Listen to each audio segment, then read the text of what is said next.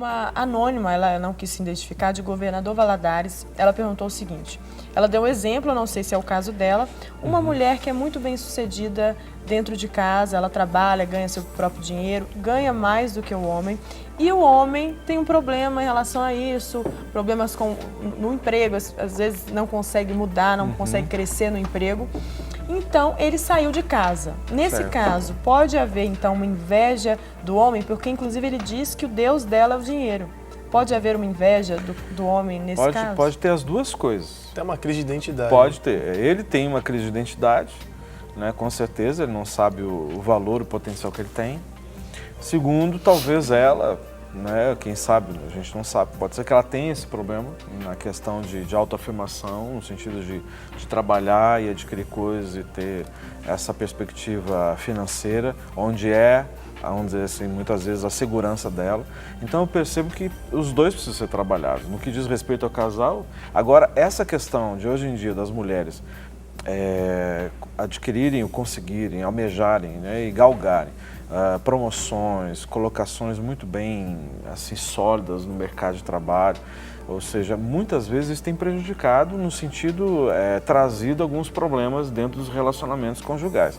E a gente tem pego alguns casais vivendo essa realidade, mas muitas vezes situações não resolvidas na vida do homem, né? Muitas vezes a criação que ele teve, problema de baixa autoestima, problema de perspectivas de crescimento, ou seja, não tem aquela, usar essa expressão não é melhor, mas aquela avidez para poder ter uma colocação melhor, trazer um benefício para a família. Às vezes não tem nenhum preparo intelectual para isso, né? Então isso tem acontecido, né? Agora eu percebo assim, em contrapartida a gente tem casais que nós conhecemos, inclusive dentro do próprio ministério, onde a esposa ganha muito mais do que o marido.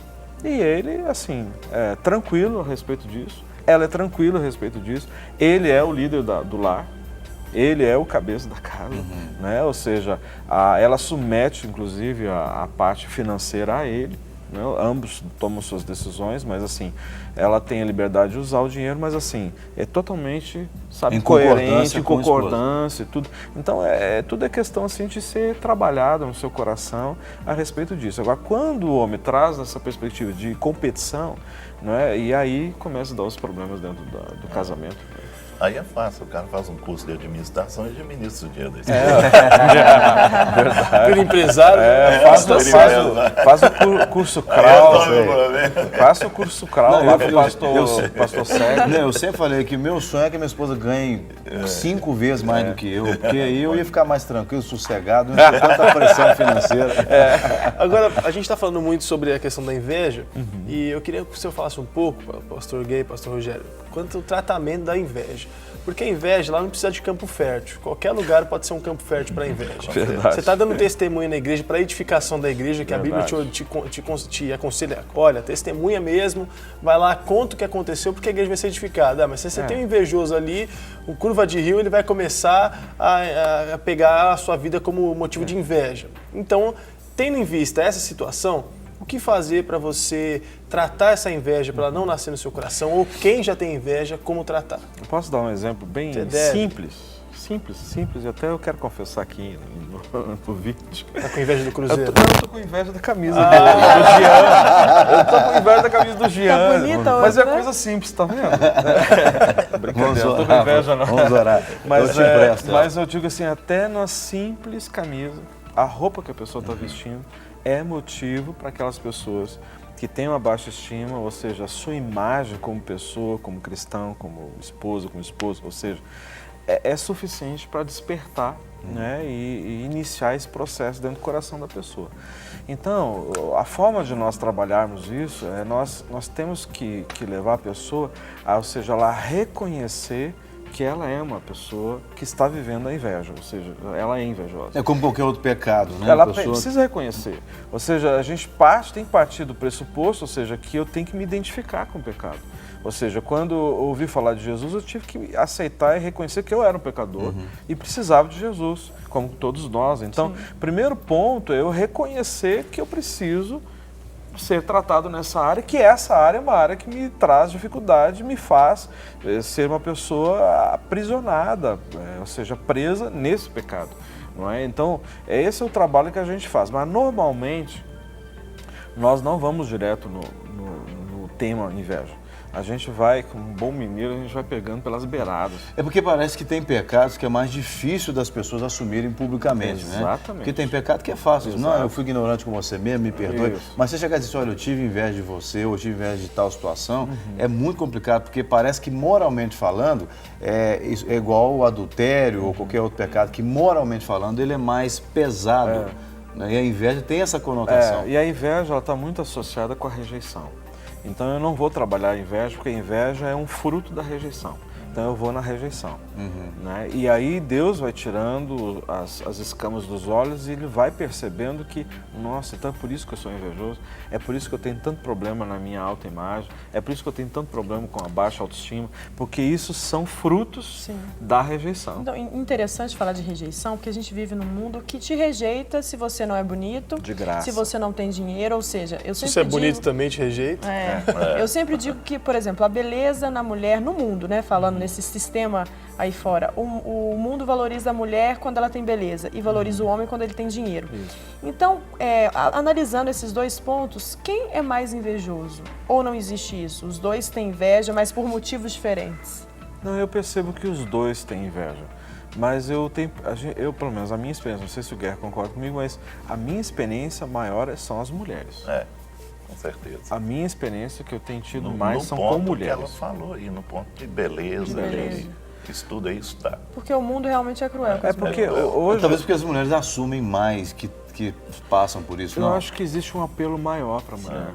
Com E certeza. são três áreas assim, fortes que a sociedade trabalha. Um é a questão de beleza, dinheiro, como você citou, e a outra é a questão de QI, ou seja, sobrenome. Quem indica. Então essas são três áreas assim nevrálgicas a respeito de trabalhar essa questão da rejeição às pessoas. Se você não tem um sobrenome fulano de tal, se você não é bonito e você não vem de um berço esplêndido, Aí o mundo fala, tem que morrer. tem que morrer. É descartável. Você não serve, né? Não serve, não serve. entende? Então por quê? Porque as propagandas têm esse apelo, os comerciais, merchandising, ou seja, todos os eventos, ou seja, o marketing é em cima disso. Não é? Por quê? Porque isso traz o apelo comercial, a venda, etc. Então deixa a gente só relembrar o pessoal de casa que está nos assistindo. Se você está vendo o programa ao vivo, você pode participar conosco pelo 3209-3301, né? Teclando a opção 1, a sua participação chega para a gente aqui. Né? E a gente quer muito ouvir a sua opinião, muito ouvir os seus comentários, né? E dúvidas também. E ainda pelo nosso Twitter, @detudoumpoco.tv.